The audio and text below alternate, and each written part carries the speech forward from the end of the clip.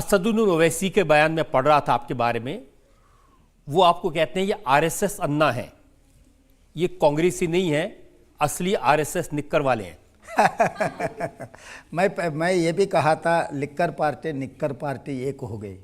Liquor party का मतलब BRS, निक्कर पार्टी का मतलब बीजेपी, ये दोनों एक हो गए। ये दोनों का अनुसंधान करता है असदुद्दीन ओवैसी जी, क्योंकि ये हमेशा ये बैलेंस, चेक्स एंड बैलेंसेस को बैलेंस करने में असद जी लगातार कोशिश करते थे। तो मैं कभी छुपाई नहीं, मैं विद्यार्थी परिषद में काम किया था। I was very active in विद्यार्थी परिषद पॉलिटिक्स। उसके बाद मैं बिजनेस में चला गया। बिजनेस के बाद मैं इंडिपेंडेंट जेडपीटीसी 2006 जून इंडिपेंडेंट जेडपीटीसी जीता। 2007 जून एमएलसी इंडिपेंडेंट जीत लिए राजशेखर रेड्डी के खिलाफ, जब कांग्रेस सरकार सत्ता में थे। मेरे परिवार में बहुत सारे लोग मिनिस्टर्स भी थे, सबके खिलाफ मैं चुनाव लड़के एमएलसी बना। 2009 जून मैं पहली बार एमएलए बना। 2014 जून मैं दूसरी बार एमएलए बना। 2019 जून मैं एमपी बना। हिंदुस्तान से सबसे बड़ा कॉन्स्टिट्यूंसी है। अमित शाह जी, नरेंद्र मोदी जी, 2 कॉन्स्टिट्यूंसी मिलाए तो भी मेरा कॉन्स्टिट्यूंसी उतना बड़ा नहीं है। 35 लाख वोटर्स है मेरा मल्काजगिरी पार्लियामेंट में। हिंदुस्तान में सबसे बड़ा, दुनिया में, हिंदुस्तान में नहीं दुनिया में सबसे बड़ा कॉन्स्टिट्यूंसी को मैं रिप्रेजेंट किए। तो हर जगह में मैं कुछ छुपा के काम नहीं किए। मैं सीधा सीधा बोल दिया। जिस दिन मैं कांग्रेस पार्टी में ज्वाइन होने के लिए राहुल जी बुलाया था, उसी दिन राहुल जी को दिखाया। मेरा बैकग्राउंड विद्यार्थी परिषद के, I was very active in that politics. उसके बाद तो मैं बिजनेस में चला गया। उसके बाद तो नायडू पार्टी में, इंडिपेंडेंट जीतने के बाद मैं नायडू पार्टी अपोजिशन पार्टी में गया। कोई पावर पॉलिटिक्स में नहीं गए मैं। तो ये असदुद्दीन ओवैसी जी मुझे हराने के लिए कुछ बहाना नहीं मिला था। मुसलमान के नौजवान लोग मेरे साथ में काम कर रहे थे, उनको समझ में नहीं आया। मैं 2-3 प्रोग्राम, राहुल जी भारत जोड़ो यात्रा में बहुत कोशिश किए। ओल्ड सिटी में आए तो हम ये देख लेते, वो करते, ये करते। मैं कहा चार मीनार में खड़े रहकर तिरंगा झंडा लहराएंगे और राहुल जी आएगा, अब हिम्मत है तो रोकने के लिए कोशिश करो। मैं दिखाया, 2 लाख लोगों को जमा किया चार मीनार का। आप विजुअल देखो, मैं बोल के किया। तो उनको डर है, वो इतना गलत फहमी फैला के रखा है कि ओल्ड सिटी में कोई नहीं आ सकता है, किसी को नहीं आने देते। ओल्ड सिटी हमारा अड्डा है, मतलब हैदराबाद पार्लियामेंट। मैं बोला भाई ये हमारे ही है, ये हैदराबाद शहर हमारा है, हम बनाए, हमारा मेहनत से बनाए। सो शहर में आप कौन होते? रोक के तो देखो बोल के बोला था। मैं 2 लाख लोगों को लेके चार मीनार में गया, कांग्रेस पार्टी के झंडा लहराया। जहाँ पर राजीव गांधी जी झंडा लहराया था, वहीं पर राहुल गांधी जी से भी मैं झंडा लहराया चार मीनार के सामने। वहीं से रैली निकाला मैं, 15 किलोमीटर पदयात्रा की ओल्ड सिटी में।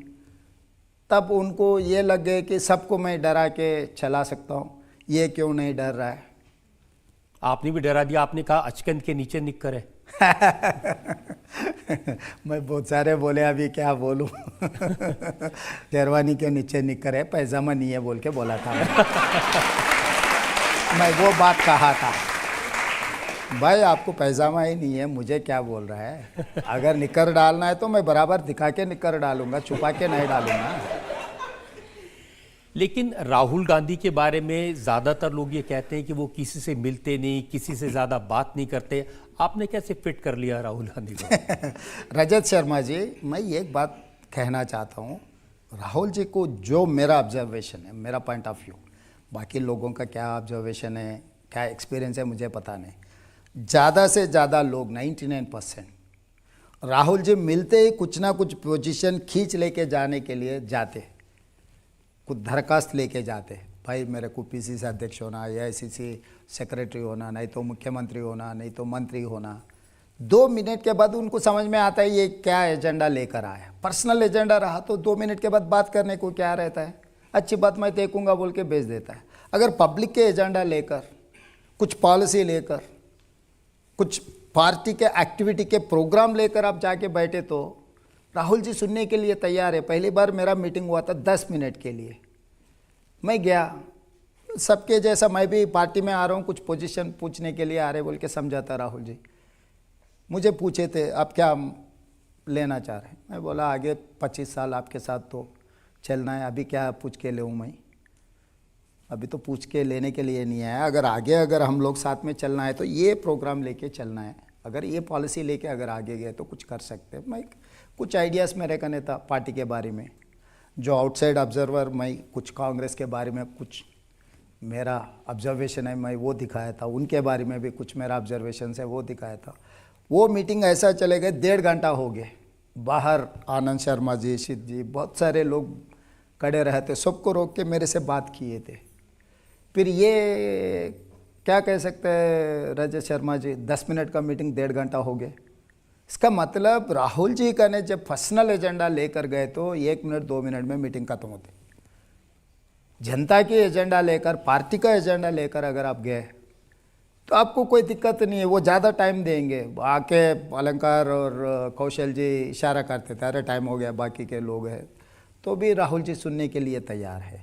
लेकिन उस समय कांग्रेस की हालत तो तेलंगाना में अच्छी नहीं थी, ना संगठन था ना लीडर थे, तो फिर आपने क्यों कांग्रेस को चुना? क्योंकि आप टीआरएस में भी जा सकते थे, आप बीजेपी में जा सकते थे, सारे ऑप्शंस आपके पास थे। तब मैं नायडू पार्टी में था, Naidu party was NDA alliance, सरकार में भी थे हम लोग, आंध्र प्रदेश में भी सरकार था, केंद्र में भी सरकार था। नायडू पार्टी के एमपीज भी, मंत्री भी थे, अशोक गजपति राजू, सुजना चौधरी जी लोग भी। अगर चाहे तो मैं राज्यसभा बनकर केंद्र में मंत्री भी बन सकता था। मगर सब सारे मेरा पर्सनल इंटरेस्ट या पर्सनल सेटिस्फैक्शन होते थे, मगर तेलंगाना जनता के लिए लड़ने वाले कोई नहीं था। जनता, मैं नायडू पार्टी इसीलिए छोड़ा, डीएनए प्रॉब्लम, मतलब ये आंध्रा पार्टी हमेशा मैं कितना भी मेहनत करो, फाइनली केसीआर ये कहता था भाई ये पार्टी कहाँ के है, आंध्रा के पार्टी, ये आंध्रा के तरफ से वकालत ले रहा है, ये भी आंध्रा का ताबेदार है, एक बात से ख़त्म करता था। मैं सोचा कि आगे केसीआर से लड़ना है, कैसे लड़ सकते हैं, तो रणनीति तय की है मैं कि कांग्रेस प्लेटफॉर्म जो कांग्रेस तेलंगाना ने दिया हुआ है, कांग्रेस प्लेटफॉर्म से इनको हरा देंगे।